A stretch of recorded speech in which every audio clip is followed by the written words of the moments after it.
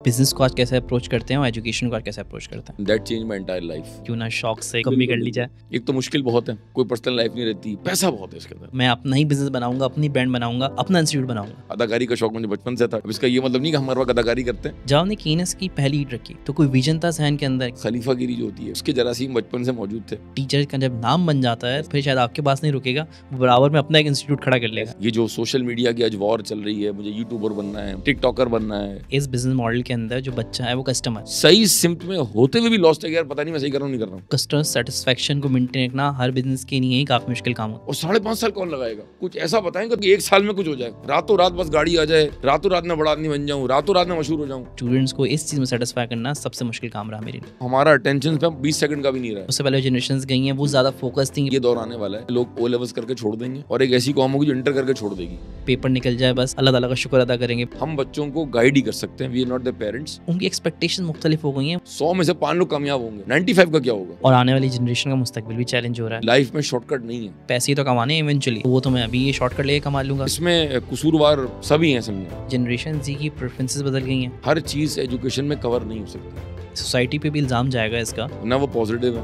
ना उनके अंदर पेशेंस है, ना उनके अंदर परसिस्टेंस है। सोसाइटी ने क्या किया है कि लोगों का अल्टीमेट गोल बना दिया पैसा। इस वक्त हमारे बच्चों का जो इमोशनल क्वोशंट है ना, वो ना होने का बराबर। पैसे से आगे भी एक दुनिया थी। फौरन से जॉब स्विच करते हैं और अगर कोई आपको जॉब पसंद ना है तो आप मोबाइल फोन बंद कर देते हैं। हम एजुकेशन को अचीवमेंट नहीं मानते, पैसों को अचीवमेंट मानते। डिमांड हमारी बढ़ जाएगी। एजुकेशन लैंडस्केप ने कैसे इवॉल्व किया है, एआई को इस्तेमाल करने वाले भी हम होंगे। वो उसको कैसे अडॉप्ट करेंगे, वो कैपेबल भी हैं अडॉप्ट करने के। Teacher can be a mentor as well, but every teacher can not be a mentor. क्या क्या अपॉर्चुनिटीज क्रिएट करेगी और क्या क्या मुश्किलें क्रिएट कर सकती है स्टूडेंट्स की। मतलब मैं आप देख लें मैं फेल हो रहा हूँ, फिर मेरा देखें कैरियर तबाह हो जाएगा। वो क्या एक एडवाइस देना चाहेंगे? तो बंदा बोलेगा यार छा गया ये। अच्छा, आपको लगता है कि हम अपने यंग प्रोफेशनल्स को इनफ ट्रेन कर रहे हैं ग्लोबल मार्केट के लिए? जब मैं ना रहूं तो लोग बोले यार क्या बंदा था यार, क्या पढ़ाता था।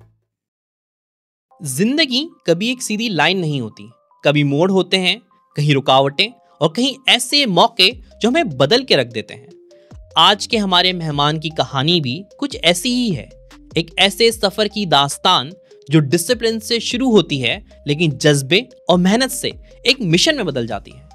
अस्सलाम वालेकुम, मैं हूं Adeel Sheikh and welcome to another episode of the Nashcast. Sir Sajid Kabadia, managing director of KNS और एक मशहूर टीचर। उनकी जिंदगी का आगाज एक बहुत डिसिप्लिन एनवायरनमेंट से हुआ। उनका बचपन एक ऐसे घर में गुजरा जहां पढ़ना लिखना ही सब कुछ था और एक्स्ट्रा करिकुलर एक्टिविटीज की जगह सिर्फ किताबों के लिए थी। लेकिन इसी डिसिप्लिन ने उनको एक ऐसी राह दिखाई जहां उन्होंने सिर्फ अकाउंटेंट बनने का नहीं बल्कि एक मेंटोर और लीडर बनने का फैसला किया। कॉमर्स कॉलेज के दिनों में उनको जब पहली दफा पीयर ग्रुप डिस्कशन में चार्टर्ड अकाउंटेंसी का जिक्र सुनने को मिला तो उनका दिल इस मुश्किल मगर प्रेस्टिजियस प्रोफेशन की तरफ खिंचता चला गया। वहां से उन्होंने CA, ACCA और इवन मास्टर्स के सफर को एक साथ परसू किया। एक काम जो सिर्फ वही कर सकता है जिसके अंदर असली डेडिकेशन हो। लेकिन इस कहानी का सबसे खूबसूरत मोड़ तब आया जब उन्होंने टीचिंग का आगाज किया। शायद ये उनका असली जुनून था, क्योंकि आर्टिकलशिप के साथ साथ टीचिंग स्टार्ट करना और फिर 2007 में KNS जैसे इंस्टीट्यूट की बुनियाद रख देना, ये किसी विजन के बगैर तो मुमकिन नहीं। सर साजिद कबाडिया ने ना सिर्फ स्टूडेंट्स को पढ़ाया बल्कि उनकी जिंदगियां बदली। उनको सिर्फ एग्जाम्स नहीं, जिंदगी के लिए भी तैयार किया। उनका सफर सिर्फ एक टीचर का नहीं बल्कि एक मेंटोर, लीडर और विजनरी का है। आज हम उनकी कहानी सुनेंगे, एक ऐसे शख्स की कहानी जो मानता है कि एजुकेशन सिर्फ डिग्रीज का नाम नहीं बल्कि मेंटोरशिप, सॉफ्ट स्किल्स और इमोशनल इंटेलिजेंस का मिक्स है। वो कहते हैं कि टीचर बनने का मतलब सिर्फ सिलेबस कंप्लीट कराना नहीं बल्कि हर स्टूडेंट के पोटेंशियल को पहचानना है। इस एपिसोड में आप जानेंगे कि एक डिसिप्लिन हाउसहोल्ड से निकला हुआ लड़का कैसे इंटरनेशनल एक्सपोजर, मल्टीपल सर्टिफिकेशंस और एंटरप्रेन्योरशिप को परसू करते हुए एक ऐसे इंस्टीट्यूट की बुनियाद रखता है जो हजारों स्टूडेंट्स के कैरियर का रास्ता बन चुका है। तो तैयार हो जाएं एक इंस्पायरिंग और थॉट प्रोवोकिंग सफर के लिए जहां से हर स्टूडेंट, पेरेंट और एजुकेटर कुछ ना कुछ जरूर सीखेगा। जहां हम सर साजिद कबाडिया की ज़बानी उनकी जर्नी का हर मोड़ एक्सप्लोर करेंगे, from a student to a teacher and from a teacher to a legacy. So let's dive into it. आगे बढ़ने से पहले अगर आपने अभी तक हमारे चैनल को सब्सक्राइब नहीं किया है, वीडियो को लाइक नहीं किया है, तो हमारे चैनल को सब्सक्राइब करें, वीडियो को लाइक करें और अपने दोस्तों के साथ भी शेयर करें ताकि वो भी ऐसे इन्फॉर्मेटिव पॉडकास्ट से फ़ायदा उठा सकें। और हाँ, कमेंट्स में हमें अपनी आरा से आगा करना मत भूलिएगा। शुक्रिया। अच्छा सर, चलिए शुरुआत से शुरू करते हैं। मुझे अपने आगाज़ी दौर के बारे में बताएं। आपका बचपन कैसे गुजरा, फैमिली बैकग्राउंड क्या था, एजुकेशन बैकग्राउंड क्या था, और ये कारोबार की दुनिया में कैसे कदम रखा आपने? यार बचपन जो कुछ याद आ रहा है वो बता देता हूँ। स्ट्रिक्ट माहौल था घर का, ठीक है। पढ़ाई पर बहुत फोकस था और एक्स्ट्रा करिकुलर कम थे। कोशिश थी पेरेंट्स की कि पढ़ाई पर फोकस रहे और मेरा फोकस था कि पढ़ाई पर फोकस ना रहे, ठीक है। तो बड़ी मुश्किल से ख़ास तौर पर जो मेरी वालदा थी उनका बड़ा होल्ड था। आज तक उनका होल्ड है। मैं आज तक उनसे डरता हूँ, पहले भी डरता था। वालिदैन से डरना भी चाहिए। तो क्लास 9-10 तक ना बड़ा एक स्ट्रिक्ट रूल था कि यार ये पढ़ाई की तरफ तवज्जो होनी चाहिए और एक्स्ट्रा करिकुलर। उस ज़माने में भी जो है वो दोस्तों में बाहर घूमने फिरने का बड़ा कॉमन ट्रेंड था, लेकिन घर में एक सख्ती का माहौल था, ठीक है। और 9-10 में तमाम दोस्तों को गाड़ी मिल गई थी, मुझे गाड़ी में बैठने की भी इजाज़त नहीं थी। तो आप अंदाज़ा लगा लें कितना स्ट्रिक्ट माहौल था। तो बहरहाल मैट्रिक तक तो ये सिलसिला चलता रहा। फिर इंटर का दौर बहुत ज़बरदस्त था, मेरा यादगार था, and that change my entire life. I did my intermediate from comics college और it change everything for me. बहुत अच्छा एक्सपीरियंस रहा। इंटर कॉमर्स किया मैंने। मैट्रिक की छुट्टियों में लोग टेप टेनिस की क्रिकेट खेला करते थे, हमने भी खेली है। लेकिन उस वक्त भी ना मेरे जहन में था कि यार मुझे आगे करना क्या है। हालांकि आपको पता है कि मैट्रिक की छुट्टियों में या उस दौर में बिल्कुल इमेच्योर होते हैं आप, और उस वक्त दिमाग में और थॉट्स सारी होती हैं, घूमना फिरना, पार्टी करना, इधर उधर, ठीक है। तो कुछ दोस्तों की गैदरिंग में ना बात हो रही थी कि यार चार्टर्ड अकाउंटेंसी बड़ा मुश्किल प्रोफेशन है और मेरे तो फला नहीं किया, वही तो होता ही नहीं है, और सुना बड़ा पैसा है इसके अंदर, और बड़ी ना बातें हो रही थी। तो वहाँ से मेरे दिल में आया कि ये कौन सा प्रोफेशन है। तो मैट्रिक की छुट्टियों में I started to investigate, I started to inquire about chartered accountancy. तो मैंने 2-3 बातें बड़ी इसकी सुनी हुई थी। एक तो मुश्किल बहुत है, होता नहीं है, गंजे हो जाते हैं, और कोई पर्सनल लाइफ नहीं रहती, पैसा बहुत है इसके अंदर। अब आपको पता है पैसा इज़ अ नो अट्रैक्शन। तो जब मैंने ये सब कुछ सुना तो आई मेड अ प्लान कि मैंने इंटर कॉमर्स करना है। मैट्रिक मेरा साइंस में था, इंटर कॉमर्स किया मैंने। और इंटर कॉमर्स में चूँकि जहन बन चुका था कि यार फाइनेंस की तरफ जाना है, सीए करना है, तो अकाउंटिंग के सब्जेक्ट को मैंने बड़ा जो है ना वो बड़ा सिंसियरली, बड़ा फोकस होकर मैंने इसको पढ़ा। और जो मेरे टीचर्स थे बहुत अच्छे थे। तो वो कॉमिक्स की जो मेरी 2 साल की ज़िंदगी थी ना, वो दैट चेंज माई लाइफ। वहाँ पढ़ाई भी बहुत अच्छी हुई, एक्स्ट्रा करिकुलर बहुत अच्छा रहा।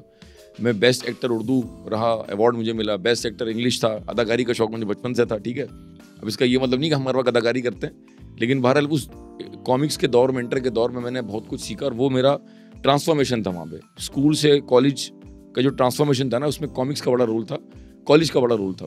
वहाँ से फिर मैं आगे बढ़ा, इंटर किया मैंने, और फिर सीए में एडमिशन लिया। और उस वक्त ट्रेंड था कि जी आप सीए के साथ कुछ और भी करें। तो उस वक्त नया नया इसी से आया था, ये बात है कोई 2001-2000 की। तो फिर मैंने साथ में इसी से भी शुरू किया। अच्छा, फिर मुझे उसका इकोनॉमिक्स का बड़ा शौक था, मैंने साथ में मास्टर्स भी किया। तो there was a time when I was doing all 3 at the same time. मैं सीए भी कर रहा था, मैं एसीसी के पेपर्स भी दे रहा था, और मैं मास्टर्स भी कर रहा था। आर्टिकलशिप मेरी आर्नस्ट एंड यंग की है, ENY की आर्टिकलशिप है मेरी। और by the grace of almighty उसमें मुझे 2 बार बाहर जाने का मौका मिला। एक बार मैंने अबू धाबी में काम किया, एक बार मैंने EY टोरंटो में काम किया। वापस आया, सीमेंस पाकिस्तान में जॉब हुई मेरी, और टीचिंग आर्टिकलशिप से स्टार्ट हो चुकी थी। आप यूँ समझें, if I connect you back, कि जब मेरी आर्टिकलशिप स्टार्ट हुई तो मैंने CA का और ACCA का ऑडिट पढ़ाना मैंने शुरू कर दिया था। हालांकि मैं उस वक्त आर्टिकलशिप कर रहा था, लेकिन वो टीचिंग का जो फ्लेयर था ना, वो जो जज्बा था, वो बेदार हो चुका था। तो वो टीचिंग समझें कि पूरी आर्टिकलशिप मैंने पढ़ाया।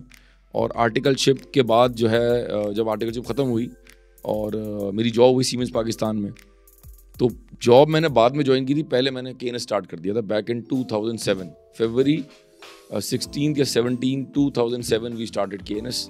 और अल्हम्दुलिल्लाह ये आप समझें कि 18 साल की जर्नी है, काउंटिंग कर लीजिएगा, 17-18 साल की जर्नी है माशाल्लाह, और भरपूर जर्नी रही है। और बहुत बच्चों को पढ़ा है अल्हम्दुलिल्लाह। जो मेरा course subject audit, I think उसके 300 बैचेज हो चुके हैं, और अप्रॉक्सीमेटली 25-30 हज़ार बच्चे अल्हम्दुलिल्लाह मैं पढ़ा चुका हूँ। सो ये एक ब्रीफ सा एक वो था तारुफ। मैट्रिक से लेके यहाँ तक का सफ़र था। बचपन में शरारतें बहुत सारी थी, कुछ याद है और कुछ याद नहीं, और जो याद है उनको जिक्र करना मुनासिब नहीं होगा, वरना ऑडियंस पता नहीं क्या समझ बैठे। जी अच्छा, माशाल्लाह से आपका स्ट्रॉन्ग एकेडमिक बैकग्राउंड रहा और फिर प्रोफेशनल एजुकेशन, इन दोनों ने आपकी अप्रोच को कैसे बदला या कैसे उसको अफेक्ट किया कि आप बिजनेस को आज कैसे अप्रोच करते हैं और एजुकेशन को आज कैसे अप्रोच करते हैं? इसका जवाब ये होगा कि जब मैं कॉमिक्स में इंटर कर रहा था तो कुछ टीचर्स बहुत अच्छे थे और कुछ सिर्फ अच्छे थे, तो मैंने एक फील किया गया जो बहुत अच्छे टीचर्स हैं उनकी बात दिल में जाके उतरती है, पर आपको लगता है कि यार बस गेम चेंज हो गई है। तो आई फेल्ट कि यार टीचर का कितना इंपॉर्टेंट रोल है।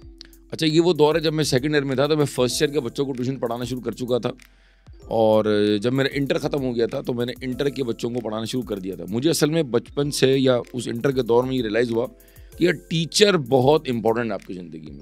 अब आप उसको टीचर कहें, उसको आप मेंटोर कहें, तो वहाँ से मुझे ट्रिगर हुआ कि यार I should also be a teacher, क्योंकि मुझे बोलने का शौक था, ठीक है। और मैट्रिक तक मेरी रिपोर्ट में बड़ी एक बात कॉमन थी कि साजिद इज़ वेरी टॉकेटिव। अम्मा बड़ी परेशान थी, 7 की रिपोर्ट में आ रहा है, 8 की रिपोर्ट में, 9 की रिपोर्ट में, मैट्रिक की रिपोर्ट में, साजिद इज़ वेरी टॉकेटिव। तो मैंने कहा भाई जब मसला है ही है तो क्यों ना इसको अपना प्रोफेशन बना दें। तो then talking became my profession और मैं टीचर बन गया। तो कमिंग बैक, जब जिस तरह मुझे टीचर्स ने पढ़ाया तो मुझे अंदाज़ा हुआ कि टीचर का कितना इंपॉर्टेंट रोल है। तो वहाँ से जब मैं CA मैंने शुरू किया तो मैंने ये जहन बना लिया था कि आगे जाके जॉब भी करेंगे, जो भी करेंगे, लेकिन यार teaching is my cup of T और ये मेरा पैशन है।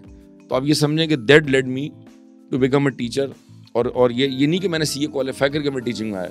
जब मैंने CA स्टार्ट कर दिया था तो मैं टीचिंग स्टार्ट कर चुका था। फिर वक्त के साथ साथ स्लोली एंड ग्रेजुअली वो मज़ीद पॉलिश होती गई, मैं सीखता गया। आप बच्चों से भी सीखते हैं, आप अपने अतराफ़ से भी सीखते हैं, दोस्तों से भी सीखते हैं। तो सारे एक्सपीरियंसेस आते रहे और अल्हम्दुलिल्लाह वो करते करते करते बस ये वक्त का पहिया बहुत आगे बढ़ गया, पता भी नहीं चला। और आप समझें कि if you start to count तो 2022 से मैं पढ़ा रहा हूँ, 21-22 से पढ़ा रहा हूँ। फॉर्मल टीचिंग मेरी शायद 2003 से होगी, तो अब अंदाज़ा लगा लेंगे कितने साल हो चुके हैं। और फिर ये जब टीचिंग माशाल्लाह ज़बरदस्त हो गई थी तो फिर कई लोग मेरे साथ जुड़ गए। तो 2007 में जब मैंने KNS बनाया तो वो कहते हैं ना कि वो काफ़िला, लोग जमा होते गए, काफ़िला बन गया, ठीक है, वो मशहूर जो कहावत है। तो बस अल्हम्दुलिल्लाह अल्लाह पाक ने हाथ थामा, बहुत सारे लोग मेरे साथ जुड़ गए। तो वो होते होते टीचर जो है वो एक तरह का एक पूरा एक एजुकेशन सिस्टम बन गया and I become an entrepreneur. अच्छा, टीचर बनना समझ आता है कि आपको शौक था बोलने का, आपने कहा क्यों ना शौक से गए थे, इनकम भी कर ली जाए, ठीक है। बट इंस्टीट्यूट बनाना, अपने अंदर एक बिजनेस खड़ा करना कि मैं टीचर तो हूँ, पढ़ा तो रहा हूँ, बट मैं अपना ही बिजनेस बनाऊंगा, अपनी ब्रांड बनाऊंगा, अपना इंस्टीट्यूट बनाऊंगा, तो कौन सी ऐसी चीज़ें थी जिसने आपको लेट किया इस तरफ? वो कहते हैं ना खलीफागिरी जो होती है, वो उसके जरासीम बचपन से मौजूद थे। लीडरशिप, मैं जो कह रहा हूँ वो सही है, या मुझे ऐसा लगता था कि मैं ना I can handle decisions, I can handle pressure, I can make good decisions. तो जब मैं टीचिंग में आया तो कई लोगों ने मुझे अप्रोच किया कि यार आप इतना अच्छा पढ़ाते, तो अगर मैं भी आपके साथ पढ़ा लूँ। तो वो 1 जुड़ा, 2 जुड़े, 4 जुड़े, 6 जुड़े, वो होते होते काफ़िला बन गया। फिर चूँकि मैं अल्हम्दुलिल्लाह खुद एक अच्छा टीचर के तौर पे सामने आ चुका था, तो मेरी जो मैनेजमेंट स्किल्स थी उसने मुझे बड़ा सपोर्ट किया। तो अल्टीमेटली होते होते जब सब लोग मेरे साथ जुड़ गए तो वो ऑटोमेटिकली एंटरप्रेन्योरशिप का मॉडल बन गया, जहाँ लोग इत्तफाक़ मेरी बात को मानते भी थे, मुझे वैल्यू करते थे, ट्रेजर करते थे। और मैं कोशिश करता था, ये बात मैं 1 सेकेंड बताना चाहूँगा कि उस वक्त ये ट्रेंड था कि नए लोगों को मौका नहीं मिलता था। तो हमने जब KNS स्टार्ट किया था तो मेरे जहन में ये बड़ा क्लियर था कि मैं नए लोगों को चांस दूंगा।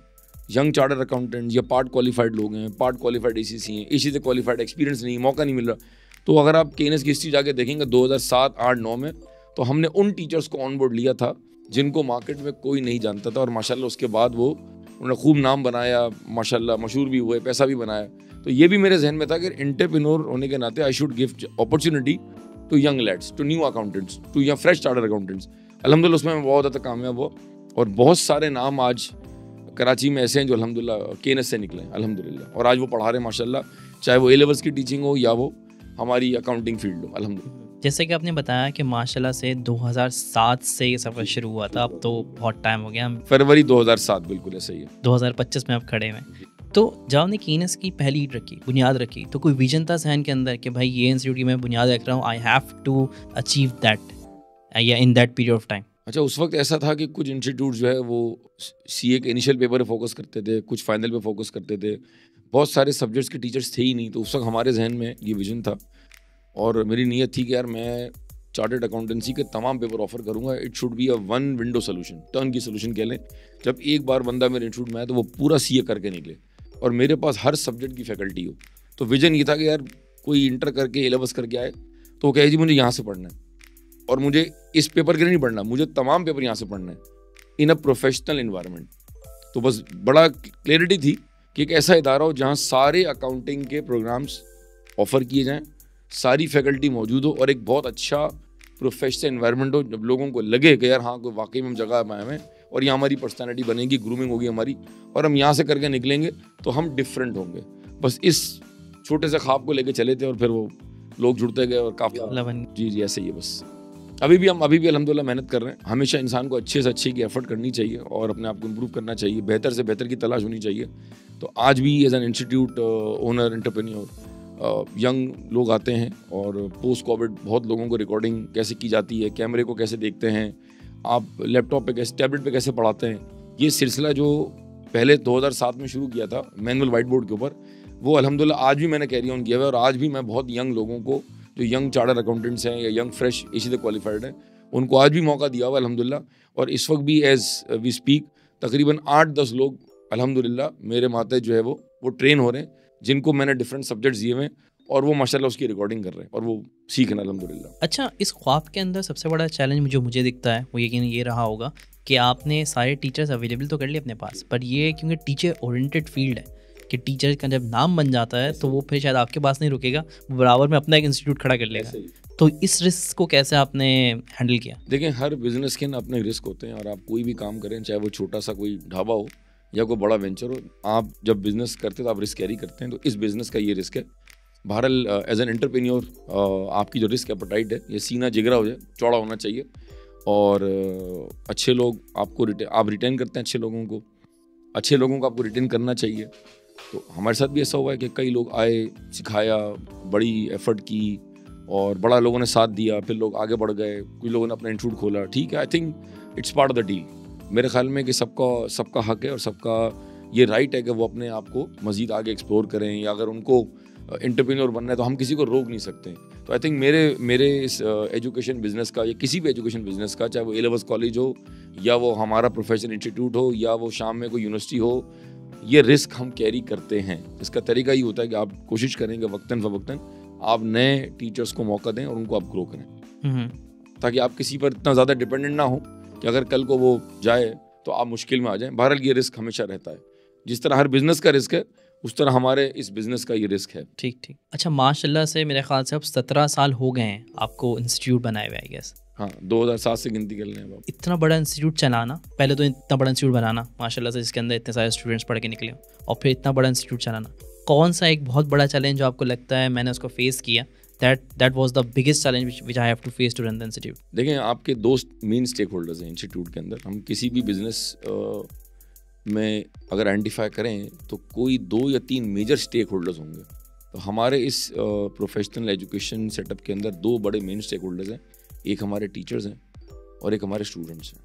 अगर मेरे टीचर्स बहुत अच्छे हैं लेकिन अगर मेरे स्टूडेंट्स मुतमईन नहीं हैं तो भी एक बहुत बड़ा चैलेंज है, और स्टूडेंट्स बहुत अच्छे हैं लेकिन टीचर्स डिलीवर नहीं कर पा रहे या उस लेवल पे नहीं आके पढ़ा रहे तो भी एक बहुत बड़ा चैलेंज है। तो इस पूरे जर्नी के अंदर द बिगेस्ट चैलेंज आप ये कह सकते हैं कि क्या आपसे बच्चे मुतमईन हैं? अगर वो आपके इदारे में आके पढ़ रहे हैं तो जिस नाम को वो सुन के आए हैं या जो है ना वो ख्वाब लेके आए हैं, ये जो सोच के आए हैं कि जी यहाँ तो ऐसा होगा, यहाँ ऐसा माहौल होगा और ये इन्वायरमेंट होगा, इस तरह की एडमिनिस्ट्रेशन होगी, इस तरह के टीचर होंगे, तो क्या एज एन एंटरप्रेन्योर जो बच्चा मेरे कॉलेज में वो एक्सपेक्टेशन लेके आया है, क्या मैं उसकी एक्सपेक्टेशन पर पूरा उतर रहा हूँ? क्या मेरी फैकल्टी उस लेवल पर डिलीवर कर रही है? पंक्चुअलिटी भी आ गई, इसमें ड्रेसिंग भी आ गई, इसमें अंदाज़े बयां भी आ गया, इसमें आप एग्जाम्पल्स कौन सी दे रहे हैं? तो आई थिंक स्टूडेंट सेटिस्फेक्शन के वो मान सम्मान लेके आ रहा है, ये जो सोच के आ रहा है, क्या आपका इदारा, आपकी पूरी team, it's not only me, it's not only Sajid Kapadia, अगर मेरी टीम में 15 टीचर्स हैं तो वो 15 टीचर्स, मैं और मेरी पूरी टीम, हमारा एक ही ऑब्जेक्टिव है कि हम बच्चों को किस तरह सेटिस्फाई करें और जिस मकसद के लिए वो आए हैं कि हमने उनको प्रोफेशनल एनवायरनमेंट में उनको हमने पेपर पास करा। ये चैलेंज है कि आपने वो डिलीवर किया या नहीं किया। उसमें अल्हम्दुलिल्लाह कोशिश है, काफ़ी हद तक कामयाब हुए, but learning should never stop, और अच्छे से अच्छे की और बेहतर से बेहतर की तलाश हम कर रहे हैं, कोशिश कर रहे हैं कि जितना अच्छा एनवायरनमेंट दे सकें और जितना अच्छा डिलीवर कर सकें ताकि वो जो उनकी उम्मीदें हैं हम उस पर पूरा उतरें। अच्छा, लेट से कंसिडर कर लें कि इस बिजनेस मॉडल के अंदर जो बच्चा है वो कस्टमर, और कस्टमर सेटिस्फेक्शन को मेंटेन रखना हर बिजनेस के लिए ही काफ़ी मुश्किल काम होता है। कस्टमर इज ऑलवेज राइट, ये भी बड़ा मसला है। तो इस सूरत हाल के अंदर सबसे बड़ा कौन सा ऐसा चैलेंज रहा जो आपको लगता है कि स्टूडेंट्स को इस चीज़ में सेटिस्फाई करना सबसे मुश्किल काम रहा मेरे लिए? अगर मैं बात करूँ मॉर्निंग में जो A-levels कॉलेज होते हैं वहाँ स्टूडेंट की एक्सपेक्टेशन डिफरेंट होती है, यूनिवर्सिटीज़ में एक्सपेक्टेशन डिफरेंट होती है। हमारा मॉडल थोड़ा डिफरेंट है। We are very focused on our teaching and we are very focused on our syllabus completion. We are very focused कि यार बच्चा किसी तरह ICAP का जो पेपर है या जो इसी का एग्जाम है वो पास करे। तो हमारा जो सारा फोकस होता है ना वो होता है एजुकेशन के ऊपर, ठीक है ना। अगर मैं कंपेयर करूँगा फ्रॉम A-levels या अगर मैं कंपेयर करूँगा फ्रॉम यूनिवर्सिटी, तो हम शायद उस तरह के इवेंट्स नहीं कराते हैं, या हमारे यहाँ वो सोशल जो नेटवर्किंग के जो इवेंट्स है वो शायद थोड़े कम होते हैं। तो शायद बच्चा ये फील कर सकता है अगर मैं इस बैकग्राउंड से आ रहा हूँ और यार वहाँ तो ये भी होता था, वहाँ तो स्पोर्ट्स भी होता था, तो फलां भी होता था, यहाँ तो कुछ भी नहीं हो रहा। तो ये एक चैलेंज है कि बच्चे को शायद हम एजुकेशन तो बहुत अच्छी दे रहे हैं, उसको हम सिलेबस भी कंप्लीट करा रहे हैं, लेकिन शायद कुछ और जो इसी एक्टिविटीज़ हैं शायद वहाँ कुछ हद तक हम जो है ना वो शायद उसको सेटिस्फाई ना कर पाएँ। तो ये एक एरिया है कि जिस पर हम काम कर रहे हैं, और उसमें फिर आपके डिफरेंट इवेंट्स भी होते हैं, मेंटरशिप सेशंस भी होते हैं, लीडरशिप के सेशंस भी होते हैं, कम्युनिकेशन की क्लासेस भी होती हैं। तो मैंने कोशिश की है कि KNS पे हम एजुकेशन के अलावा, सिलेबस के अलावा और बहुत सारी चीज़ों को उसमें ब्लेंड इन करें, ताकि वो जो उसका जो एरिया था ना, जो उसका पेन पॉइंट है, यहाँ तो ये होता नहीं है, हम तो सिर्फ पढ़ाई करते हैं सुबह से लेकर शाम तक, तो हम एट KNS हम कोशिश करते हैं कि हम जितनी एक्स्ट्रा करिकुलर को ऐड कर सकें ताकि उसको एक मुकम्मल एजुकेशन के साथ उसको डिफरेंट एक्टिविटीज़ का भी फ्लेवर मिले, ताकि जब वो कॉर्पोरेट वर्ल्ड में जाए तो ये जो उसकी जो पर्सनैलिटी है ना वो इतनी ज़बरदस्त हो, वो इतना इक्विप्ड हो, इतना अप टू डेट हो कि उसको मज़ा आए। फिर ये वर्ड ऑफ माउथ जाएगा कि जी ये कुछ डिफरेंट कर रहे हैं। ठीक ठीक, सही है। अच्छा, ये भी एक चीज़ शायद इस जनरेशन में मुख्तलिफ बनाती है, जैसे जनरेशन Z आई है, शायद उनकी एक्सपेक्टेशंस इस किस्म की हैं, बट उससे पहले जो आपकी जनरेशन थी या उससे पहले जनरेशन्स गई हैं वो ज़्यादा फोकस थी कि पेपर निकल जाए, बस अल्लाह ताला का शुक्र अदा करेंगे। बट अब जो जनरेशन आ रही है, जनरेशन अल्फ़ा हो गई, बीटा तो मेरे ख्याल से अभी नहीं आई होगी, जनरेशन अल्फ़ा तक उनकी एक्सपेक्टेशन मुख्तलिफ हो गई हैं। वो एजुकेशन के अलावा भी शायद बहुत ज़्यादा एक्सपेक्ट करते हैं प्रोफेशनल इंस्टीट्यूट से। तो उसके बारे में क्या कह रहा है? हमारे दौर में, या आप बात कर लें लेट 90s या अर्ली 20s की, अगर हम बात करें 2001, 2, 3, 4 का जो लॉट है, हमारे में पेशेंस बहुत था और हमें बताया गया था जी आपने 5.5-6 साल लगाने हैं आपने ज़िंदगी में, इंटर के बाद इतने साल लगाने हैं। और हम सुकून से पढ़ाई कर रहे थे और भाग दौड़ नहीं थी। ये जो सोशल मीडिया की आज वॉर चल रही है, मुझे यूट्यूबर बनना है, मुझे पॉडकास्ट करने हैं, या मुझे टिकटॉकर बनना है, मुझे फ्रीलांसिंग करनी, हमारे पास ना ये डिस्ट्रैक्शंस नहीं थी। तो हम बड़ा फोकस थे, ठीक है ना। ये बड़ा क्लियर बात है कि हमको किसी ने कहा था भाई अगर तुम CA में एंटर हो रहे हो भूल जाओ 6 साल के लिए, अब तुम बस CA क्वालिफाई करके निकलोगे, दरमियान में तुमने कुछ नहीं करना। आज की जो जेनजी है वो इतनी डिस्ट्रैक्टेड है, उसको नहीं पता कि यार मैंने करना क्या है। वो है तो CA के प्रोग्राम में इनरोल्ड है, वो कर रही है CA, लेकिन उसको इतनी ज़्यादा डिस्ट्रैक्शंस हैं सोशल मीडिया से, मोबाइल से, कि कभी कभी वो सही सिम्त में होते हुए भी लॉस्ट है कि यार पता नहीं मैं सही कर रहा हूँ नहीं कर रहा हूँ। और 5.5 साल कौन लगाएगा? कुछ ऐसा बताएं कि 2 साल में हो जाए कुछ, बल्कि क्या ही अच्छा हो कि 1 साल में कुछ हो जाए, रातों रात बस गाड़ी आ जाए, रातों रात में बड़ा आदमी बन जाऊँ, रातों रात में मशहूर हो जाऊँ। ये जेनजी का प्रॉब्लम है। इसका मेजर जो मैं समझता हूँ जो जिम्मेदार है, कसूरवार है, वो सोशल मीडिया है। ये जो एक्सपोजर हमें दिया जा रहा है ना, ChatGPT आ गया, फलाना आ गया, इतनी ज़्यादा चीज़ें आ गई कि वो शायद आज अपने नॉर्मल जो ट्रैक से बहुत आसानी के साथ वो डिस्ट्रैक्ट हो जाता है। तो हमारे लिए सबसे बड़ा चैलेंज ये कि उसको बार बार ये कहना, भाई ये एग्जाम्स हैं, ये 5.5 साल का तुम्हारा एक जो है ना वो एक फील्ड है जिसमें तुम्हें 2 साल पढ़ाई करनी है, फिर तुमने आर्टिकलशिप करनी है, तो तुम्हें अपने आप को 5.5-6 साल देने हैं। वो 5.5-6 साल देने को तैयार नहीं है, वो जल्दी चीज़ें चाहता है, वो डिस्ट्रैक्ट हो जाता है। तो सबसे बड़ा जो मसला जेनजी को हमें आज के दौर में हैंडल करने का है वो डिस्ट्रैक्शन है। पोस्ट कोविड बच्चा डिफरेंट था, प्री कोविड बच्चा डिफरेंट था। पोस्ट कोविड बच्चे का अटेंशन स्पैम ना होने के बराबर है। आप मुझे बताएं हम कितनी देर की रील देखते हैं आज? एक मिनट। 1 मिनट मैं बता रहा हूँ आपको, हमारा अटेंशन स्पैम 20 सेकंड का भी नहीं रहा। उसमें भी आगे बढ़ा देते हैं। आज हम बच्चों को जो अगर कोई वीडियो देते हैं या कंटेंट हम शूट करते हैं, अपलोड करते हैं, तो आज हमारी जेनजी के पास उसको देखने का 1 मिनट भी नहीं है।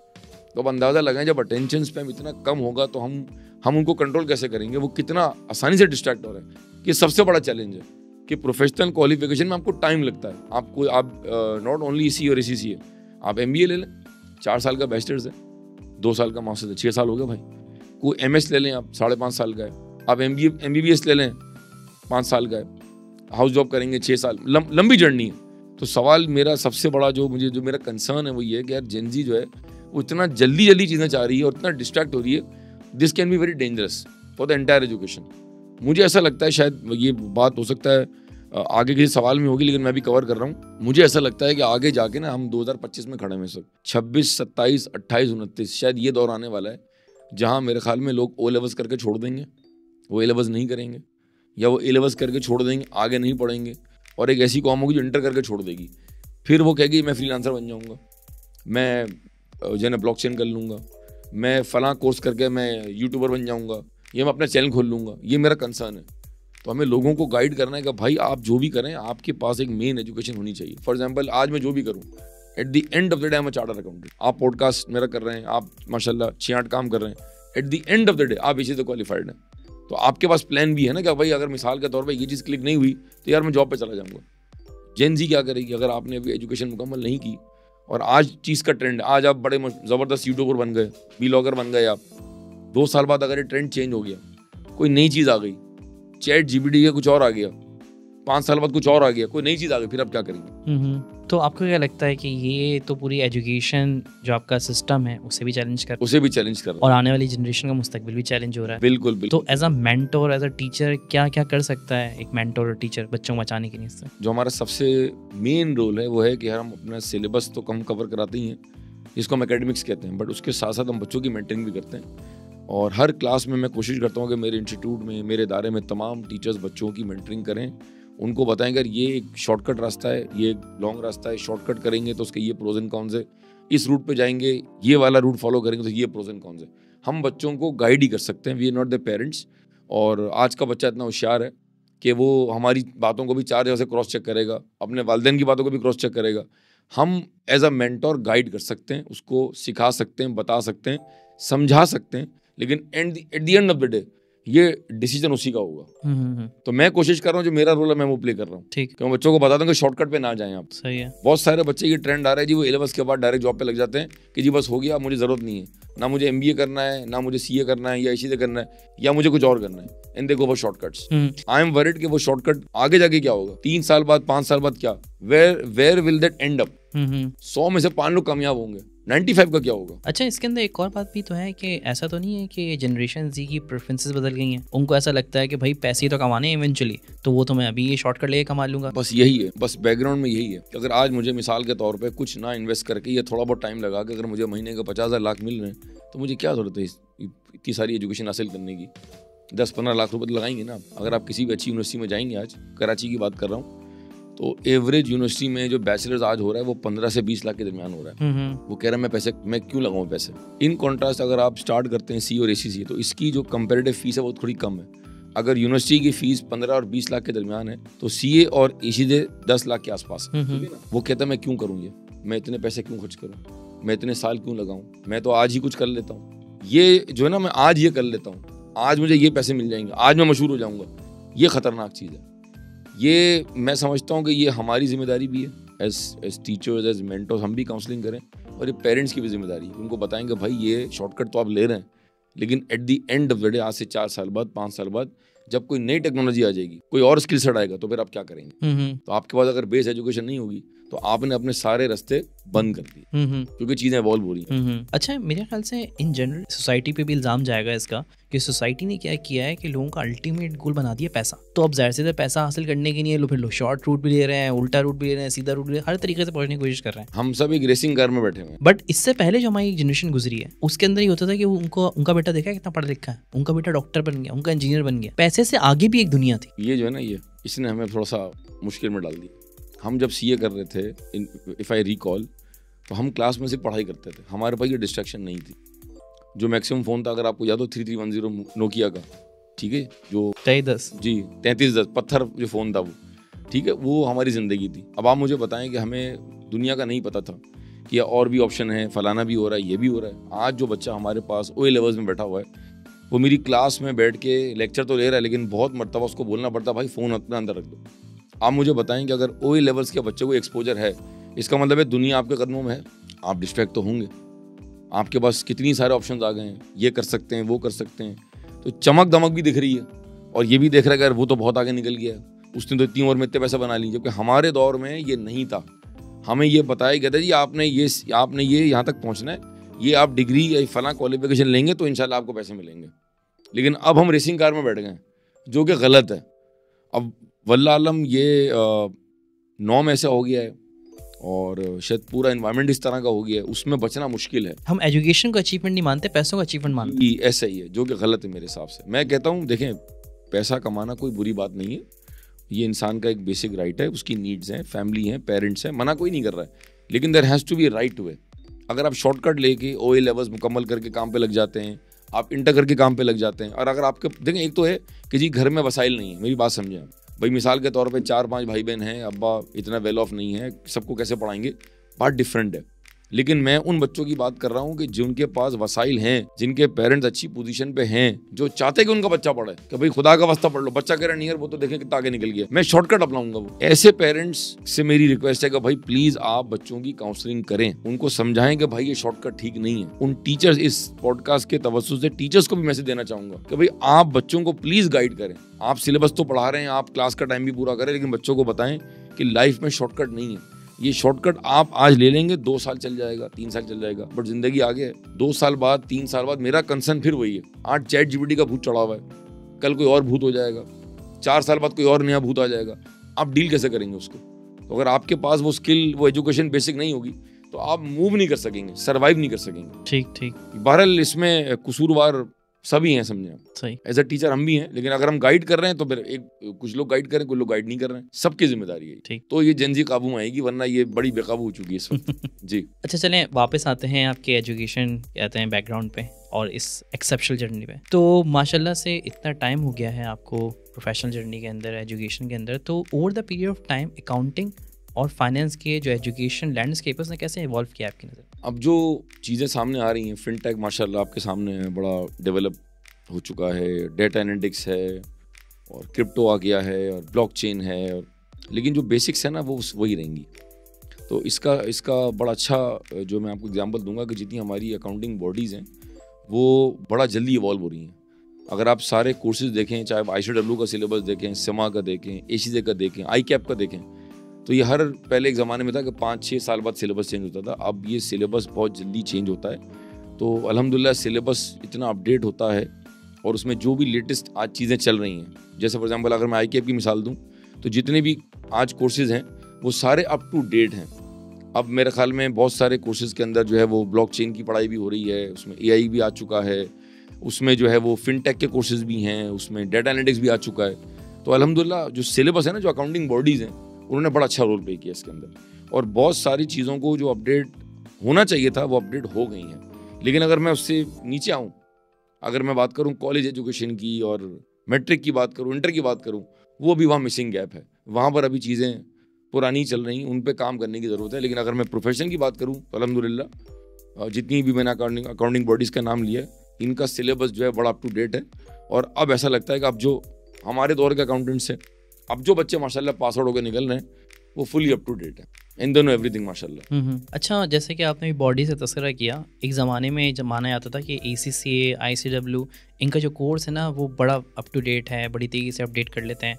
बट जो पाकिस्तानी बॉडीज़ थी, ICAP हो गया, ACM हो गया, इनको माना जाता था कि बहुत लेट अडॉप्ट करते हैं। नहीं, अब ये बहुत पुरानी बात हो गई। अब माशाल्लाह जो है वो ICAP का सिलेबस इज़ इक्वली अपडेटेड माशाल्लाह, और उसमें वो तमाम लेटेस्ट चीज़ें मौजूद हैं, और हर 3 साल बाद नई पॉलिसी आती है एजुकेशन की।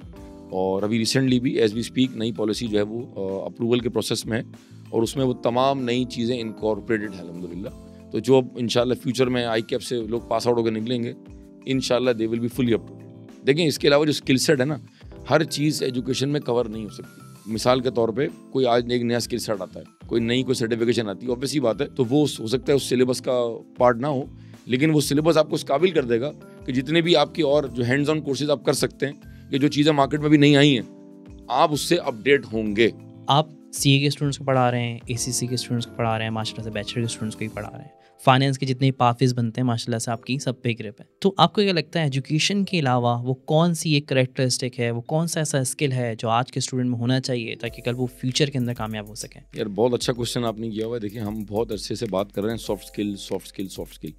सॉफ्ट स्किल क्या होती है? Soft skill is the way you represent your self, the way you dress, the way you talk, the way you carry your self. ये हमारे अनफॉर्चुनेटली हमारे प्रोफेशनल अकाउंटिंग बॉडी के कोर्सेज का part नहीं होता। ठीक है, वहाँ हमारा प्राइमरी फोकस अकाउंटिंग है, ऑडिटिंग है, कॉस्टिंग है, इनकम टैक्स है, मैनेजमेंट है, लेकिन सॉफ्ट स्किल का जो पार्ट है ना वो थोड़ा सा निगलेक्टेड होता है, ठीक है। और शायद उनके कोर्सेज हैं इस तरह की कि उसमें वो इनकॉर्पोरेट शायद नहीं हो सकता। तो फिर ये जिम्मेदारी आती है हमारे ऊपर भी, ये जिम्मेदारी आती है कॉलेजेस के ऊपर कि जी आप बच्चे की सॉफ्ट स्किल को डेवलप करें। क्योंकि आज आपको पता है माशाल्लाह अकाउंटिंग सॉफ्टवेयर बहुत सारे हैं, fully up to date software हैं, AI आ चुका है।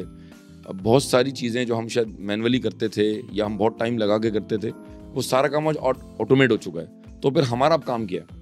हमारा काम अब डिसीजन मेकिंग हो जाएगा, हमारा काम लोगों को लीड करना हो जाएगा, हमारा काम लोगों से काम करवाना हो जाएगा, हमारा काम शायद बोर्ड को रिप्रेजेंट करना होगा, बोर्ड को चीज़ें बताना होगा।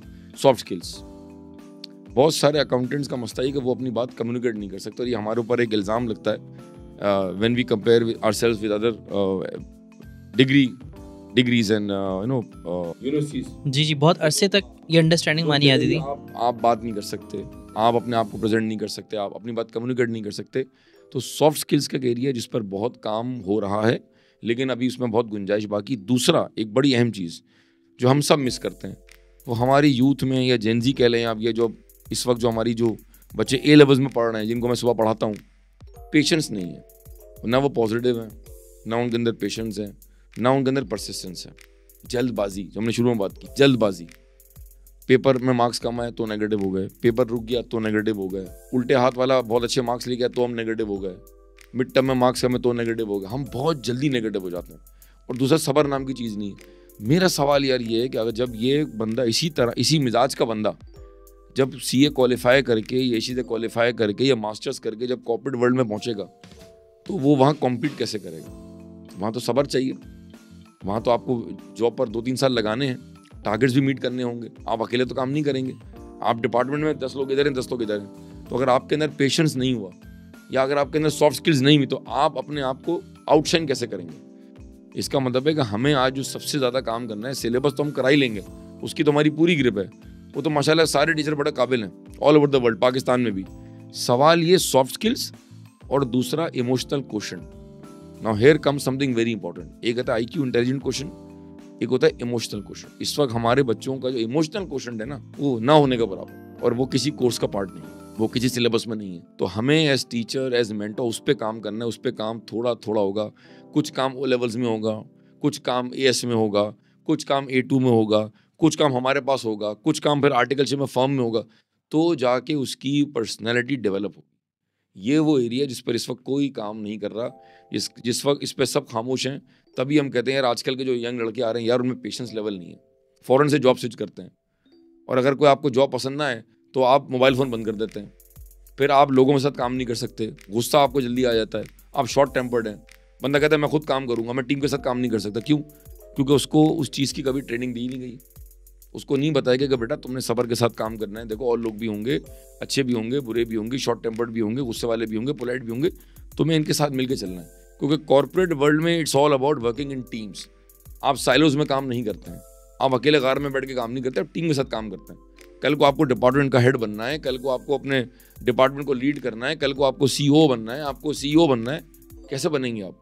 तो बहुत मर्तबा क्वालिफिकेशन के बाद लोग ऊपर नहीं आ सकते, क्योंकि वो उनके अंदर का एंगर, उनके अंदर का जो नेगेटिवपन है या जल्दबाजी उनको मरवा देता है। तो ये दो चीज़ें मैंने कहीं आपसे दोबारा मैं रिपीट कर रहा हूँ। तो सम अप, इमोशनल क्वेश्चन जिसके अंदर फिर आपका पेशेंस लेवल भी आ गया, दूसरों को अंडरस्टैंड करना भी आ गया, पॉजिटिविटी भी आ गया, और दूसरा सॉफ्ट स्किल्स। इस पर काम करने की ज़रूरत है, खाली हमें नहीं, not only CSE institutes, it will start from the beginning, जब class 7, 8, 9, 10 O levels, A levels, ताकि जब हमारे पास पहुँचे तो उसको बेसिक सेंस हो। हमारे पास टाइम कम होता है और हमारे पास वो 1.5-2 साल है, उसके बाद आगे बढ़ जाता है। हमारे पास जो बच्चा आता है उसकी एज ब्रैकेट, बड़ा इंपॉर्टेंट बात है, उसकी एज ब्रैकेट है 19, 20, 21, उसकी बेस बन चुकी। अब वो फ्लेक्सिबल नहीं रहा, अब वो तो रेसिंग कार में बैठा हुआ है, उसके हाथ में सेलफोन आ जाएगा, रातों रात उसने रातों रात करना है। मैं सुबह नियत करूंगा, सुबह बाहर गाड़ी खड़ी होनी चाहिए, बस मेरी आज यहाँ जॉब हो जाए। ऐसा हो नहीं सकता, शॉर्टकट नहीं ना। तो ये चीज़ें बड़ी इंपॉर्टेंट है, जो मुझे लग रहा है कि इस वक्त बड़ी निगलेक्टेड है। बहरहाल हम कोशिश कर रहे हैं, हम नेगेटिव नहीं हो सकते। As mentors, as teachers, we need to be positive, और हम इंशाल्लाह पॉजिटिव रहेंगे, अपने बच्चों को भी इंशाल्लाह पॉजिटिव करेंगे। इंशाल्लाह, ये हमारा काम है, हमें करना है। अच्छा, एज एन एजुकेटर आपकी क्या फिलॉसफी रहती है थ्योरी और प्रैक्टिकल को, अकाउंटिंग की, कैसे ब्रिज करते हैं आपस में? बड़ा आसान है। अगर तो टीचर ने प्रैक्टिकल कहीं काम किया हुआ है, and which is very important. अगर कोई टीचर लॉ पढ़ा रहा है तो उसने अगर लॉ की प्रैक्टिस की हुई है, रेलिवेंट क्वालिफिकेशन है, तो वो एग्जाम्पल्स ही उस तरह की देगा। मैं इतने साल से ऑडिट पढ़ा रहा हूँ, मैंने स्टार्टेड टू टीच ऑडिट, मैं उस वक्त ई-वाई में था। तो आज भी मेरी हर ऑडिट के, चाहे मैं सब्सटैंटिव प्रोसीजर पढ़ा रहा हूँ, मैं टेस्ट और कंट्रोल पढ़ा रहा हूँ, मैं कोड ऑफ एथिक्स पढ़ा रहा हूँ, मैं एविडेंस पढ़ा रहा हूँ, मैं रिपोर्ट पढ़ा रहा हूँ, मेरी हर एग्जाम्पल में किसी न किसी मेरे क्लाइंट का जिक्र आता है।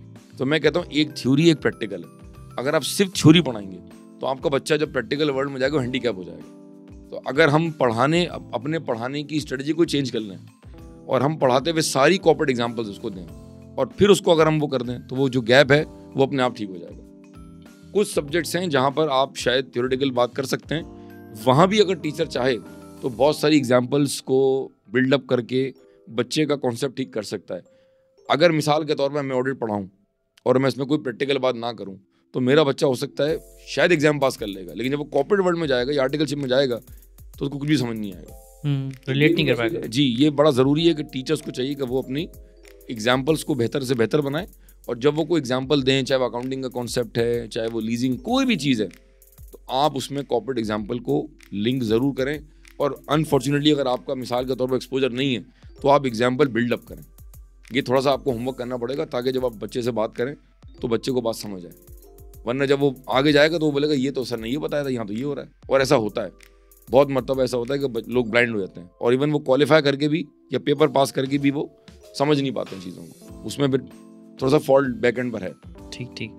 अच्छा, कोई ट्रांसफॉर्मेशन जो हमसे शेयर करना चाहें जो आपको लगा हो कि आपके स्टूडेंट के अंदर हुई है और वो स्टैंड आउट करती है और आपको ट्रांसफॉर्मेशन अपने स्टूडेंट्स के अंदर या स्टूडेंट में देख के आज फ़ख्र होता हो? Journey of more than 20 years, 25,000 students, माशाल्लाह।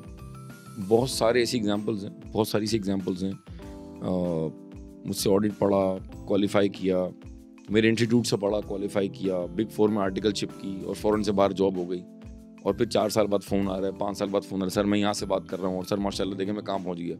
तो वो जो अंदर से जो खुशी का एहसास होता है ना कि यार देखो I played a very role in somebody's life और मैंने उसकी पूरी लाइफ चेंज कर दी। तो मेरे ऐसे बहुत सारे बच्चे हैं जिनकी लाइफ मैंने ट्रांसफॉर्म होते हुए देखी है।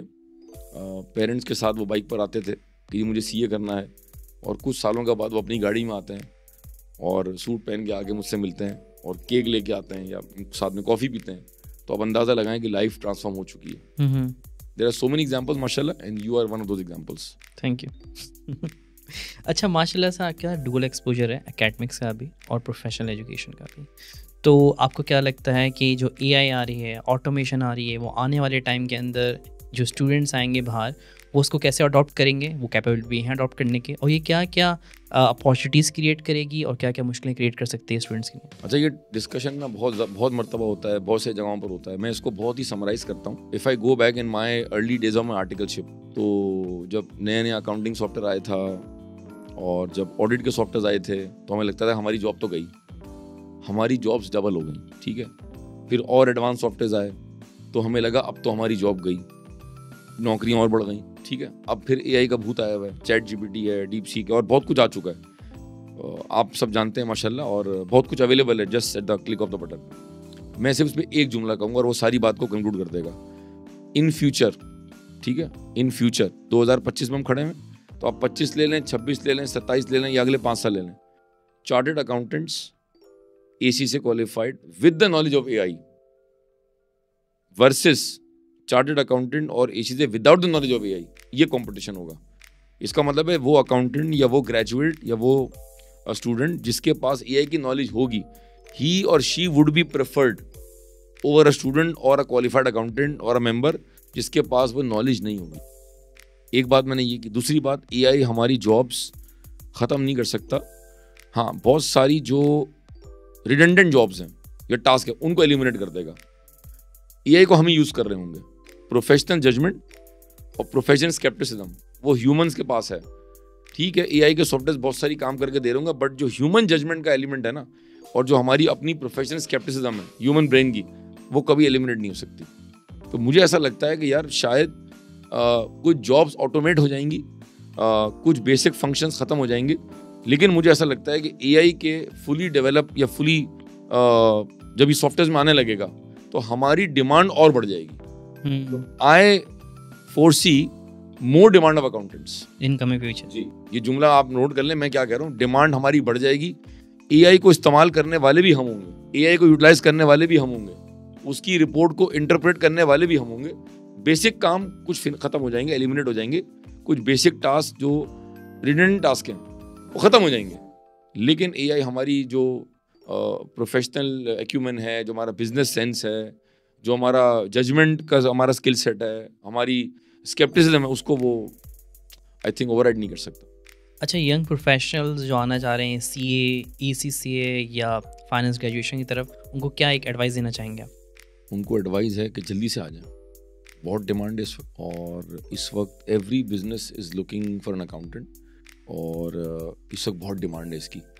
ख़ास तौर पे पोस्ट कोविड आपको पता है पूरी दुनिया खुल गई है, तो इस वक्त अगर मैं यूँ जुमला कहूँ तो ये गलत ना होगा कि इस वक्त हमारे पास डिमांड ज़्यादा है और सप्लाई कम। तो इस वक्त this is the right time for all students doing intermediate and deciding for their A level subjects के वो कॉमर्स में उनको ऑप्ट करना चाहिए। और इसकी बहुत डिमांड है, चाहे आप सीए करें, आप एसीसीए करें, आप बीएस अकाउंटिंग इन फाइनेंस करें, जो भी आप करें, इस वक्त ग्लोबल डिमांड है। पाकिस्तान में भी डिमांड है और बाहर भी डिमांड है। इसकी सिंपल सी मिसाल है, कोई भी आप बिजनेस स्टार्ट करेंगे, स्टार्टअप करेंगे, आप अकाउंटेंट अगले दिन हायर करते हैं। आपको टैक्स के मामला भी देखने हैं, आपको अपने बुक कीपिंग भी ठीक करनी है, आपको डिफरेंट रिपोर्ट्स भी बनानी है। Here is the role of an accountant. और अगर वो प्रोफेशनली क्वालिफाइड है तो फिर वो एंटरप्रेन्योरशिप भी कर सकता है, वो बहुत सारे डिसीजन मेकिंग में आपको हेल्प करेगा। तो आई फील कि इस वक्त ये प्रोफेशन, हमारा accounting profession, high in demand है and people should come as early as possible.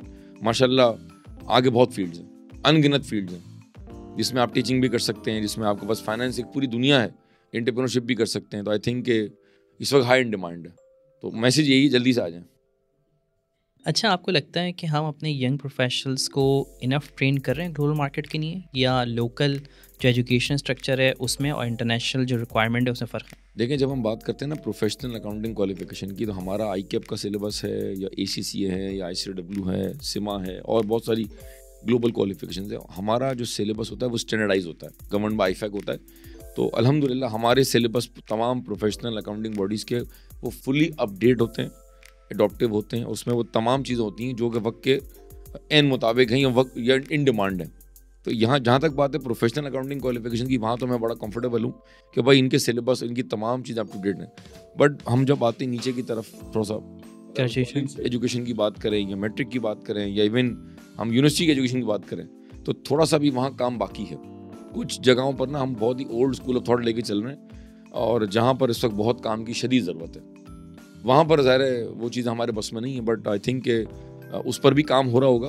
और जैसे इंटरमीडिएट है तो उसका सिलेबस है, अब वो पुराना सिलेबस चल रहा है। मैट्रिक की अगर हम बात करें तो पुराना सिलेबस चल रहा है। अगर मैं ए लेवल्स की बात करूँ तो उसके अंदर वही पुरानी चीज़ें चल रही हैं, अभी वो उतना अडॉप्टिव नहीं है। बट बहरहाल काम उस पर हो रहा होगा। यूनिवर्सिटीज़ हैं, रिसेंटली मैं देख रहा था कि जी जितनी हमारी कराची की टॉप यूनिवर्सिटीज़ हैं वो अब बैचलर्स करा रही हैं, उसमें फिनटेक में भी करा रही हैं, डेटा एनालिटिक्स में करा रही हैं, उसमें एआई भी आ चुका है। इसका मतलब है अडॉप्टिव है। इसका मतलब है अब जो पहले ऑप्शन था जी मार्केटिंग में कर लो, सप्लाई चेन में कर लो, एचआर में कर लो, फाइनेंस में कर लो, अब वहाँ और फील्ड्स आ गई हैं। इसका मतलब है अडॉप्टिव, वहाँ पर चीज़ आ गई हैं, इन्होंने अडॉप्ट किया इसको। इसका मतलब है कि चीज़ें बेहतर हो रही हैं। मगर इसमें ये भी तो काबिल ज़िक्र बात है कि वो कोर्सेज कौन से दे रहे हैं। फिनटेक का नाम लगाने थोड़ी कुछ हो जाएगा, एक्चुअली कोर्सेज क्या? आई थिंक ये स्लोली इवॉल्व होगा, ये चीज़ें स्लोली इवॉल्व होंगी। और देखें ना, ये जो जितने भी फिनटेक के कोर्सेज हैं या एआई की सर्टिफिकेशंस हैं, मैं समझता हूँ ये हमारी नॉर्मल क्वालिफिकेशन को सपोर्ट करेगा। एक बंदा चार्टर्ड अकाउंटेंट है, उसने साथ में ये भी किया हुआ है, उसने ब्लॉकचेन भी किया हुआ है। एक बंदा एमबीए कर रहा है, उसने डेटा एनालिटिक्स का कोर्स भी किया हुआ है। आई थिंक ये सपोर्ट करेगा। ये खुद अभी बेसिक फुल एजुकेशन नहीं है। हम ये नहीं कह रहे जी एआई की जो है ना वो डिग्री ले रहे हैं, इसमें अभी टाइम है। अभी पाकिस्तान में आई थिंक इसको समझने में, इसको अडॉप्ट करने में टाइम लगेगा। लेकिन अगर आज कोई यूनिवर्सिटी ग्रेजुएट या अगर कोई क्वालिफाइड अकाउंटेंट, अगर वो इन तमाम चीज़ों से इक्विप्ड है, उसको ब्लॉकचेन का पता है, उसको क्रिप्टो का पता है, उसको बेसिक फिनटेक का पता है, तो आई थिंक वो सर्वाइव कर सकता है।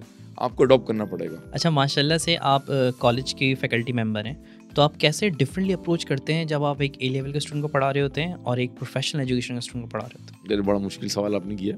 अच्छा, मज़े की बात है कि I am one of those teachers in Karachi जिसको तीनों फ्लेवर्स मिल रहे हैं। मैं मॉर्निंग में ए लेवल्स में हूँ, और आफ्टरनून में मैं सीएसीडी को पढ़ाता हूँ, और लेट इवनिंग में I am teaching to university graduates. हाँ, बेस्ट बंदे सवाल पूछने के लिए। तो सवाल आपने पकड़ लिया फौरन मुझे। तीनों का डिफरेंट फ्लेवर है। जो मॉर्निंग का क्राउड है उसका एक ही ऑब्जेक्टिव हमें पढ़ना नहीं है। ज़ाहिर बच्चे होते हैं ए लेवल्स के, डिफरेंट उनकी ख्वाहिशात होती हैं, डिफरेंट उनके ख्वाब होते हैं, अभी वो जिम्मेदारियाँ नहीं हैं, अभी वो सीरियसनेस नहीं है, उनके लेवल पे आना पड़ता है और मैं बिल्कुल अपने आप को चेंज करता हूँ। जो मेरा सीए और एसीए को पढ़ाने का तरीक़ेकार है वो बहुत डिफरेंट होता है। वहाँ बच्चा भी सीरियस होता है, वो पढ़ना भी चाहता है, तो वहाँ 2-2.5 घंटे की क्लास हम बड़ी आसानी से लेते हैं और ऐसे बहुत सारे साल तक मैंने 2.5 घंटे 3 घंटे की क्लास ली और ब्रेक के साथ, लेकिन बच्चे बड़ा कंफर्टेबल रहते थे। अगर हम मॉर्निंग में आ जाएँ तो वहाँ क्लास होती है 45 मिनट की, घंटे की, जो कि 1 घंटा उनके लिए बड़ा डिफिकल्ट होता है। तो ज़ाहिर है वो फिर उस लेवल पर आना पड़ता है।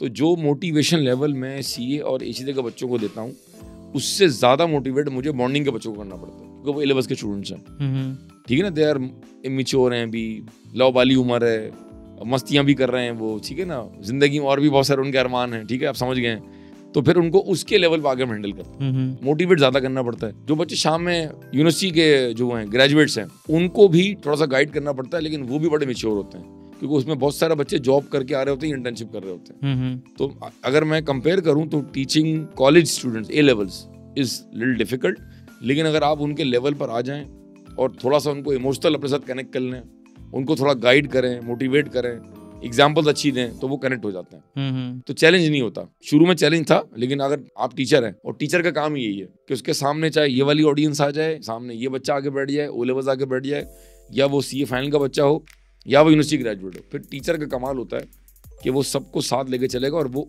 अपनी ऑडियंस के मुताबिक अपने आप को अडॉप्ट करेगा। यही तो कमाल है। तो ये कमाल मैं सीख रहा हूँ अभी भी। It's been a long journey but still I think I am learning. आपको क्या लगता है कि एक स्टूडेंट को बनाने में एक मेंटोर का कितना रोल है, और इतने बिजनेस कॉम्पिटिटिव एनवायरनमेंट के अंदर मेंटोर क्या रोल अदा कर सकता है अपने स्टूडेंट को स्टैंड आउट कराने में? बड़ा अच्छा सवाल है और ये बहुत लोग सवाल करते हैं। मैं समझता हूँ आज अगर मैं इस सवाल को थोड़ा सा ना मैं इसको हल्का सा चेंज करूँ या इसको मॉडिफाई करूँ, तो ये सवाल यूँ हो सकता है कि जी बताएं एक स्टूडेंट की लाइफ में कौन कौन मेंटोर हो सकता है और किस किस की जिम्मेदारी है। तो मैं ये समझता हूँ कि पेरेंट्स का भी रोल हो गया, टीचर्स का भी बहुत अहम रोल है, और उसके बाद फिर जहाँ वो कॉर्पोरेट वर्ल्ड में जाएगा तो वहाँ जो उसका इमीडिएट बॉस है उसका भी वहाँ रोल होगा। किसी एक बंदे की जिम्मेदारी नहीं है, किसी एक बंदे की जिम्मेदारी नहीं। हाँ, ये बड़ा इंपॉर्टेंट है कि मेंटोर होना चाहिए। अब वो मेंटोर किसको बनाता है? वो टीचर भी हो सकता है, वो उसका कोई दोस्त भी हो सकता है, उसका कोई फैमिली मेम्बर भी हो सकता है। मेंटोर हर वो शख्स हो सकता है जो उस बंदे को इन आउट जानता होगा, जो उसको उसके हालात और वाकयात में उसके सराउंडिंग की कैफियत को देखते हुए उसको गाइड कर सके। A teacher can be a mentor as well, but every teacher cannot be a mentor. मैं तुम्हें गाइड करूँ बेटा तुम्हें ऐसे पढ़ना है, ये टीचर हो गया। What is mentor? बेटा तुम ये करना, फिर तुम ये करना, ऐसे करना, देखो ये मत करना, ये तुम्हारे लिए बड़ा इंपॉर्टेंट है, ये प्रोफेशन तुम्हारे लिए बड़ा ज़रूरी है, और देखो तुम शाम में ये भी कर सकते हो। अब मुझे पता है कि उसके घर के क्या हालात हैं, मुझे पता है कि उसकी क्या स्किल सेट है, मुझे उसकी स्ट्रेंथ पता है, मुझे उसकी वीकनेस पता है। अब मैं उसकी मेंटरिंग कर रहा हूँ ताकि वो कोई गलत डिसीजन ना ले। तो अगर हर टीचर अगर मेंटोर बन जाए, हर टीचर अपना थोड़ा सा रोल मजीद मॉडिफाई करके उसमें कुछ ऐड ऑन करके वो मेंटोर बन जाए, तो बड़ा रोल इसमें प्ले हो सकता है। बहुत सारे बच्चों का जो गलत डिसीजंस हैं या जो गलत कैरियर मूव्स लेते हैं वो फिर वो ना लें। तो कंक्लूजन अगर मैं ड्रॉ करूँ तो mentors can be parents, they should be parents as well, teachers as well, may be a very good friend of yours can be a mentor जो आपको गाइड कर सकता है, क्योंकि वो आपकी फैमिली को जानता होगा, आपके हालात को जानता होगा। प्लस जब आप कॉर्पोरेट वर्ल्ड में जाएंगे तो जिन लोगों के साथ आप काम कर रही हैं और immediate boss could be a mentor, but it's important. अच्छा, इतना लंबा सफर माशाल्लाह से आप कर रहा है, ऐसा हुआ है कि कभी अनएक्सपेक्टेडली किसी स्टूडेंट ने आपको कुछ सिखा दिया और आप एक्सपेक्ट ना कर रहे हो कि ये चीज़ मुझे स्टूडेंट भी सिखा सकता है? लेकिन टेक्निकली तो अल्हम्दुलिल्लाह हम अपडेट होते हैं, तो शायद बच्चा या कोई स्टूडेंट हमें अपने सब्जेक्ट से मुतालिक तो हमें ना सिखाए, ना वो उतना शायद मैच्योर इनफ है, ना उसमें शायद डेयरिंग होगी कि वो टीचर को बताए सर आप गलत बता रही हैं वैसे। लेकिन बहुत मर्तबा ना सब्जेक्ट के अलावा कुछ ऐसी चीज़ें होती हैं जिंदगी के सबक आपको सिखाए जाते हैं। फॉर एग्जाम्पल अभी रिसेंटली एक बच्चे ने मुझे बताया जी मेरे इतने पेपर फेल हो गए और मैं बिल्कुल डिसहार्टेंड हो गया। तो फिर मेरे पास लास्ट अटेम्प्ट थी, उसके बाद मैं डिस्क्वालीफाई हो रहा था सर, तो मैंने तहज्जुद पढ़ना शुरू कर दी और मैं अल्लाह से रो के मांगना शुरू हो गया और मैंने फजर की नमाज़ ही पढ़ना शुरू कर दी और 5 वक्त का नमाज़ी हो गया। और मैंने अल्लाह में से ये कहा और मैंने कहा अल्लाह में बस ये आखिरी अटेम्प्ट आप देख लें, आप ही कर सकते हैं। मैं उसकी बातें सुन रहा हूँ और मैं उसके चेहरे पे ना उसका ईमान की कैफियत देख रहा हूँ कि उसको कितना अल्लाह में भी बिलीव था। और उसने कहा सर अगली अटेम्प्ट में मैं पास कर गया, और अगर मैं वो पास ना करता तो मैं डिस्क्वालीफाई होता, मुझे सीए छोड़ना पड़ता। वो दैट क्लिक माई हार्ट। मैंने उससे ये सीखा कि यार इसका ईमान कितना मजबूत है, और जब आप अल्लाह से इतनी तड़प से मांगेंगे तहज्जुद में मांगेंगे तो वो चीज़ आपको मिलेगी। तो मैंने उससे ये सीखा कि यार गिव अप नहीं करना चाहिए। अब मैं इतने साल से पढ़ा रहा हूँ, बच्चों का रिजल्ट आता है, हम रिजल्ट से पहले बच्चों के साथ होते हैं, रिजल्ट के बाद बच्चों से हम चीज़ें शेयर करते हैं, नेगेटिव बच्चों को पॉजिटिव करते हैं। लेकिन आई फेल्ट कि उस दिन मुझे दैट टच माई हार्ट। उस बच्चे ने जिस तरह कहा ना कि सर मैंने अल्लाह में से बड़ी दो टोक बात की है, अल्लाह में आप देख लें मैं फेल हो रहा हूँ, फिर मेरा देखें कैसे तबाह हो जाएगा। तो एकदम से ना मुझे दैट टच माई हार्ट, और मैंने फील किया कि यार मतलब अगर ये मांग सकता है अल्लाह से और इतना इसका ईमान मजबूत है तो फिर हमारा भी होना चाहिए। तो ऐसी बहुत सारी चीज़ें जो बच्चों से हम सीखते हैं, और ऐसा बिल्कुल भी नहीं है कि जी टीचर ही सिखाएगा, बच्चे भी आपको बहुत कुछ सिखाते हैं। तो this is one of the lessons कि ईमान कितना मजबूत था उसका, और उसने अल्लाह से मांगा तो उसको वो चीज़ मिली। अच्छा, लीडरशिप आपके नज़दीक क्या है बोर्ड रूम में और क्लासरूम में? People look up to you. मैं क्लास में पढ़ा रहा हूँ और मैं इस स्टाइल से पढ़ा रहा हूँ, मैं इस ग्रिप से पढ़ा रहा हूँ, इस अंदाज से पढ़ा रहा हूँ, बस मैं ही मैं हूँ। तो लीडरशिप का मतलब ये होता है कि यार आप लोगों के लिए ना एक एग्जाम्पल सेट करें and people look up to you. फिर आपकी पर्सनालिटी भी ऐसी हो, आपकी बात करने का तरीकेकार भी ऐसा हो, आपकी बॉडी लैंग्वेज, आपकी गेस्चर्स। तो मैं समझता हूँ कि यार क्लास में ना people look up to you. Similarly in the board room that is look up to you. यार बंदा बात कर रहा है, बिल्कुल कन्विक्शन के साथ बात कर रहा है, ही इज फुली कन्विंस कि भाई ये होगा तो ये होगा। मेरे नज़दीक लीडरशिप को मैं डिफाइन करता हूँ कि यार ऐसी सलाहियत, खुदादाद सलाहियत, ये ऐसा स्किल सेट, लोग आपको देखें, आपको फॉलो करें और लोग यार ये बंदा है, क्या बात बंदे ने की। हो सकता है वो बात गलत भी हो, लेकिन लोग आपने जिस अंदाज से की है, जिस कन्विक्शन से आपने की है, बंदा बोले यार बस यार इसने बात कर दी, एंड है बात। ये होता है जी। सही। तो हम क्लास में ऐसे ही पढ़ाते हैं। अगर आप 150 बच्चों की क्लास को आप पढ़ा रहे हैं, हो सकता है कि आपसे कहीं टेक्निकल ग्लिच हो जाए, बट आप जिस अंदाज से बात करेंगे, बंदा बोलेगा यार छा गया ये।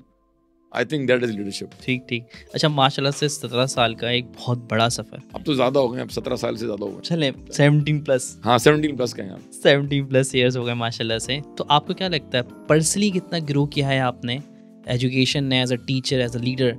क्या क्या आपने सीखा है जो 17 साल पहले आपके पास एज अ पर्सनली आप इतने मैच्योर नहीं थे? देखिए, टीचर को भी अपने आप को अपडेट करना चाहिए। अच्छा, हम बच्चों से भी सीखते हैं। जहाँ तक मेरी बात है, मैंने बहुत सारे डिफरेंट कोर्सेज भी अटेंड किए ICAP के, और लीडरशिप कोर्सेज भी मैंने अटेंड किए। अगर मैं ये समझूं कि मैं अक्ल हूँ तो बस फिर मेरा काम हो जाएगा। तो टीचर्स को भी अपने आप को अपडेट करना होता है, चाहे वो सिलेबस हो, चाहे वो रिसेंट डेवलपमेंट्स हों, मैनेजमेंट स्किल्स हों, लीडरशिप स्किल्स हों। तो मैंने पर्सनल, मुझे बाकी लोगों को नहीं पता, बट मैं कोशिश करता हूँ कि मैं 6 महीने में या साल में कम से कम कोई ऐसे 2-3 कोर्सेज मैं अटेंड करूँ जहाँ मेरी भी लर्निंग हो, चाहे वो मैनेजमेंट स्किल्स हों, वो लीडरशिप स्किल्स हों, वो इमोशनल क्वोशंट हो, कोई और स्किल, प्रेजेंटेशन स्किल हो।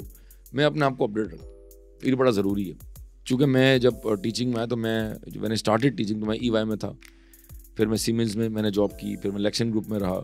तो अल्हम्दुलिल्लाह वो एक कॉर्पोरेट एक्सपीरियंस साथ साथ चल रहा था। लेकिन जब आप फुल टाइम टीचिंग में आते हैं, फिर थोड़ा सा आप दुनिया से कटते हैं, वो चैलेंज आता है आपके लिए। उसके लिए फिर आपको ना डिफरेंट कोर्सेज अटेंड करने चाहिए, आपको सेमिनार्स में जाना चाहिए, आपको अपडेट रहना चाहिए, ताकि थोड़ा सा ना आपकी जो सलाहियत है ना, वो जो आपके अंदर जो स्किल सेट है, वो उसको जंग ना लगे। तो मैं अल्हम्दुलिल्लाह अपने आप को अपडेट रखता भी था और रख रहा हूँ अल्हम्दुलिल्लाह, सो दैट आई एम ज़माने के साथ साथ चलना है आपने। सही बात। अच्छा, एजुकेशन के अंदर क्या लेगेसी देखते हैं अपनी आप? अल्लाह ज़िंदगी सेहत दे, जब मैं ना रहूँ तो लोग बोलें यार क्या बंदा था, यार क्या पढ़ाता था, क्या इंस्टीट्यूट छोड़ के गया है, और क्या लोगों की यहाँ से ग्रूमिंग हो रही है। People should remember you in good words, लोग आपको याद रखें। आज भी बहुत सारे बच्चे जो क्वालिफाई करके जिनकी बाहर जॉब्स हो गई मुझसे मिलने आते हैं, तो वो एक जुमला कहते हैं, sir thank you so much sir, आपने बड़ी जो है ना, वो आपने इतना अच्छा पढ़ा, आज तक काम आ रहा है सर, वो आपका मोटिवेशन लेवल तक आज हम यहाँ तक पहुँच गए सर, वो क्लास आपको याद है सर, आपने ये कहा था तो बस फिर मैंने कहा गिव अप नहीं करना है। तो मैं कहता हूँ यार लेगेसी ये है कि जब आप ना हो या बिहाइंड द सीन हो आप, तो लोग आपको अच्छे अल्फाज में याद रखेंगे, sir you played a very strong role in my life and sir because of you मैंने ये अचीव कर लिया। I think this is called legacy. अच्छा, कोई एक फेवरेट काउंटिंग प्रिंसिपल आपका जो लाइफ में भी अप्लाई होता हो? सब्सटेंस ओवर फॉर्म, जो लीगल फॉर्म है और जो उसकी रियलिटी है। तो जो दिखता है ना वो कुछ और है और लीगल फॉर्म कुछ और होता है। तो बहुत मर्तबा हम लीगल फॉर्म देखते हैं जबकि रियलिटी कुछ और होती है। सही। तो I can relate this principle to many areas of my life. सही। एक बुक या कोर्स जो आपको लगता है कि सारे फाइनेंस के प्रोफेशनल्स को लेना चाहिए? एक बहुत अच्छी किताब है पीटर थील की, 0 to 1, it's for all aspiring entrepreneurs. ये पढ़नी चाहिए आपको। एज अ प्रोफेशनल ऑडिट लेंगे या टैक्स लेंगे? ऑडिट। और टैक्स नहीं लेंगे? Audit is my passion. Coffee fuelled sessions या morning sessions? Coffee fuelled session और with lots of foam and cream, you know. झाग वाली कॉफी। अच्छा, अगर एक वर्ड में टीचिंग को डिस्क्राइब करना हो? नशा। नशा फॉर यू? For me. ठीक, चले आज आपसे मुलाकात बड़ी कंस्ट्रक्टिव रही, बहुत कुछ सीखने को मिला आपसे। आई बिलीव हमारी ऑडियंस को भी आपसे बहुत कुछ सीखने को मिला होगा। तो इंशाल्लाह मुलाकात होती है फिर नेक्स्ट पॉडकास्ट में। Thank you so much. Allah Hafiz. Okay, thank you for time today.